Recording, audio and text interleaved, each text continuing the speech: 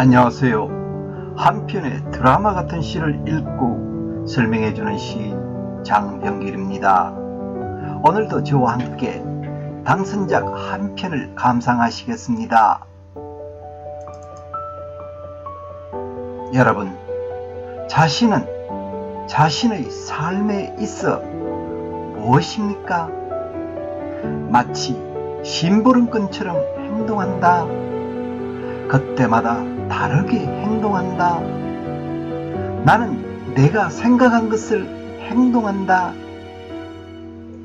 익숙한 길을 불편한 마음으로 가는 그를 만나보겠습니다. 무슨 심부름을 가는 길이니? 김행숙. 잘 아는 길이었지만 우리가 아는 그 사람처럼 알다가도 모를 미소처럼 안개가 자욱하게 낀 날이었어요. 눈을 감고도 갈 수 있는 길이었지만 눈을 감지 못하는 마음이었어요. 나는 전달책 K입니다. 소문자 K입니다. 거기까지 가는 길은 아는데 왜 가는지는 모릅니다. 오늘따라 울적합니다. 왜 그런지는 모르겠어요. 이럴 때 나는 내가 불편합니다. 만약 내가 길가에 떨어진 돌멩이라면 누군가가 나를 주워 주머니에 숨길 때의 그 마음을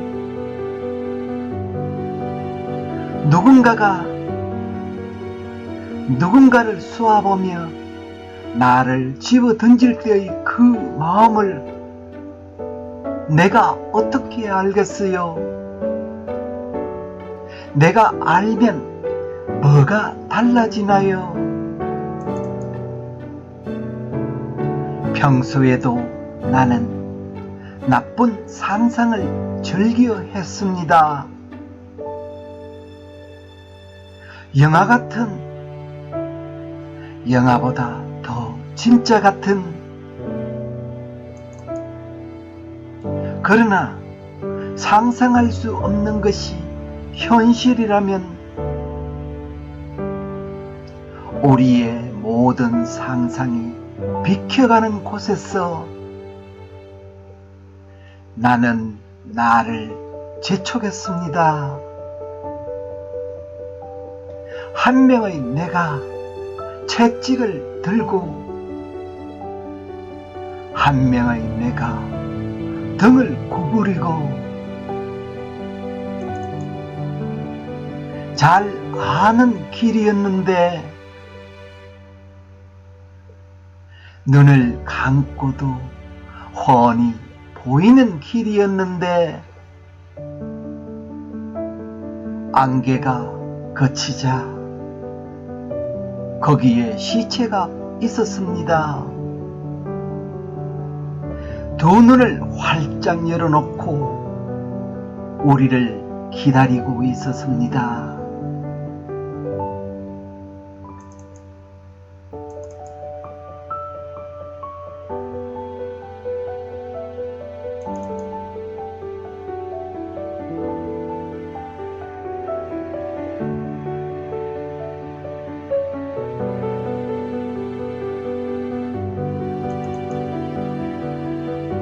오늘 정중히 모신 제21회 대산문학상 당선작은 김행숙님의 무슨 심부름을 가는 길이니? 입니다. 시인의 의도를 조심스럽게 엿보도록 하겠습니다. 무슨 심부름을 가는 길이니? 심부름? 자신의 의지가 아니라는 것을 암시하고 있죠. 제목에 대한 주의 관점입니다. 의문형 제목을 사용한 점 독특합니다. 저도 언젠가 한번 사용할 때가 있겠죠. 이련입니다. 잘 아는 길이었지만 길에 대한 여운을 문장 기호로 나타내었습니다. 독특합니다.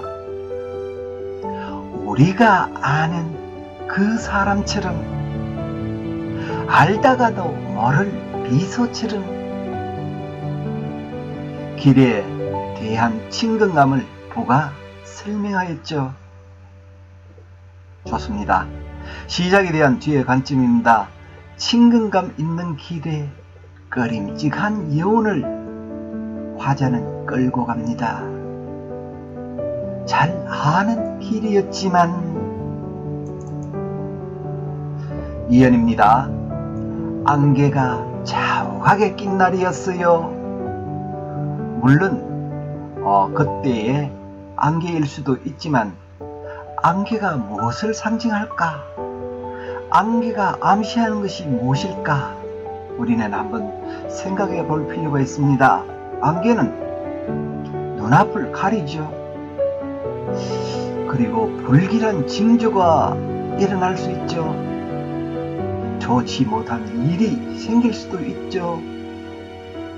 이렇게 가정을 하고 불길한 징조라 가정을 하고 이제 계속 나가보도록 하겠습니다. 눈을 감고도 갈 수 있는 길이었지만 눈을 감지 못하는 마음이었어요. 아주 좋은 표현입니다. 내용상으로는 편안하지 못한 마음이겠죠. 그렇지만 표현력이 참 좋습니다. 눈을 감고도 갈 수 있는 길이었지만 눈을 감지 못하는 마음이었어요. 나는 전달책 K입니다. 전달책 심부름꾼이겠죠. 소문자 K입니다. K다고 이야기해 소문자라고 했습니다. 마치 꼬봉처럼 보스가 아닌 꼬봉처럼 느껴지게 하는 문장입니다. 근데 마치 마약의 전달책처럼 그렇게 다가오기도 합니다. 스토리에 대한 주의 관점입니다. 마음이 편치 않는 심부름꾼인 나라고 하였습니다. 사면입니다. 거기까지 가는 길은 아는데 또 반복을 했습니다. 왜 가는지는 모릅니다.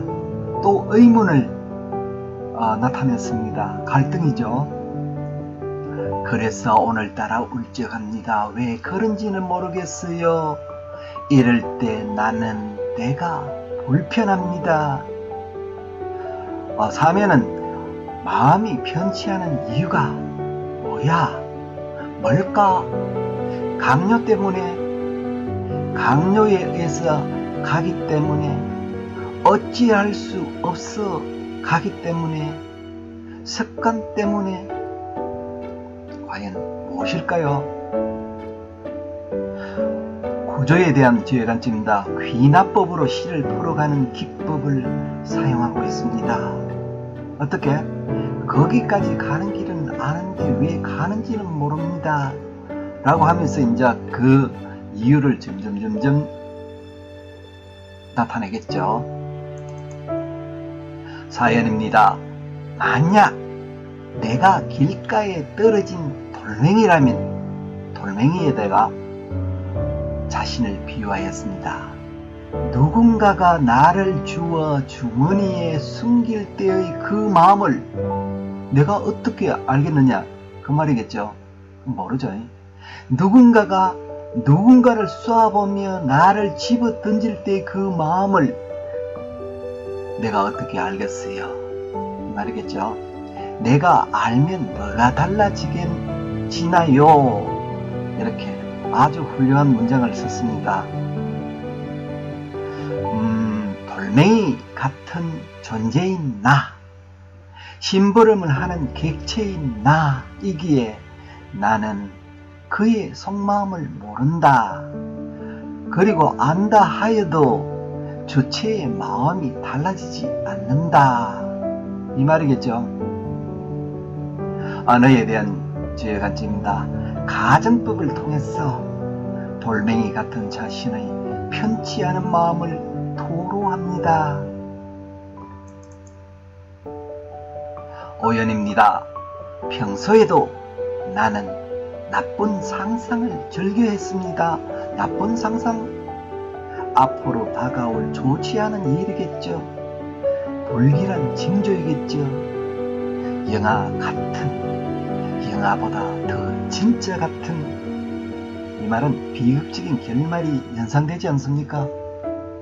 언어에 대한 주의관점입니다. 행을 길게, 짧게, 그리고 직유법을 사용하며 의미를 전달합니다. 배우고 싶은 방법입니다. 기교입니다. 6연입니다. 그러나 상상할 수 없는 것이 현실이라면 막막하군요. 우리의 모든 상상이 비켜가는 곳에서 나는 나를 재촉했습니다. 상상 밖의 결과 앞에서 갈등을 아래와 같이 한답니다. 한 명의 내가 채찍을 들고 한 명의 내가 등을 구부리고, 이 말은 하지 말자는 자신과 결국 순종하는 자신을 묘사하였죠. 스토리에 대한 주의관점입니다. 채찍과 등을 구부리고에서 자신이 가는 길에 대한 갈등을 언급하였습니다. 7연 마지막 연입니다. 잘 아는 길이었는데 첫 행을 다시 반복하였습니다. 눈을 감고도 훤히 보이는 길이었는데 미련이 가득 남죠. 하지 말아야 되는데, 이 말이겠죠. 안개가 그치자 앞에서 안개가 무엇을 상징할까? 무엇을 암시할까? 불길한 징조라고 이야기도 했죠. 안개가 그치자 거기에 시체가 있었습니다. 결국은 시체가 있었군요. 시체의 상징은 무엇일까요? 죽음, 불행, 재앙. 두 눈을 활짝 열어놓고 우리를 기다리고 있었습니다. 우리가 누굴까요? 우리를 복수형을 썼는데, 마무리에 대한 주의관점입니다. 1연과 2연의 구절을 인용하며 심부름꾼의 결말을 암시하였습니다. 참, 우리라는 것은 심부름을 시킨 사람과 또 심부름을 한 거립직한 사람 자신이겠죠. 결말이 별로 안 좋군요. 조합적으로 보면, 첫째, 독자에게 내용을 집어주지 않고 피상적으로 표현하며 상상을 하게끔 하는 기법을 사용하였습니다. 두 번째, 화자의 내적 갈등을 느끼는 구절을 보겠습니다. 잘 아는 길이었지만 나는 전달책 K입니다. 왜 가는지는 모릅니다. 그 마음을 내가 어떻게 알겠어요? 내가 알면 뭐가 달라지나요? 상상이 비켜가는 곳에서 나는 나를 재촉했습니다. 안개가 거치자 거기에 시체가 있었습니다. 세 번째, 배우고 싶은 표현입니다. 가정법과 도치법을 사용한 예시입니다. 그러나 상상할 수 없는 것이 현실이라면 가정법이죠. 우리의 모든 상상이 비켜가는 곳에서 나는 나를 재촉했습니다. 어떻게 재촉했습니까? 한 명의 내가 채찍을 들고 한 명의 내가 등을 구부리고 나는 나를 재촉했습니다. 이렇게 문장을 앞과 뒤를 바꿨죠. 강조하기 위해서. 여러분 잘 감상하셨습니까? 시를 공부하는 주에게 훌륭한 작품을 감상할 기회를 주신 김행숙님께 감사드립니다. 구독자 여러분, 한편의 드라마 같은 시 200회 달성 기념으로 10월 이벤트를 합니다. 시를 감상한 소감을 댓글로 남겨주시고 제 시집 한 권을 받을 편안한 주소와 이름을 아래 멜로 보내주시면 책을 배송해 드리도록 하겠습니다.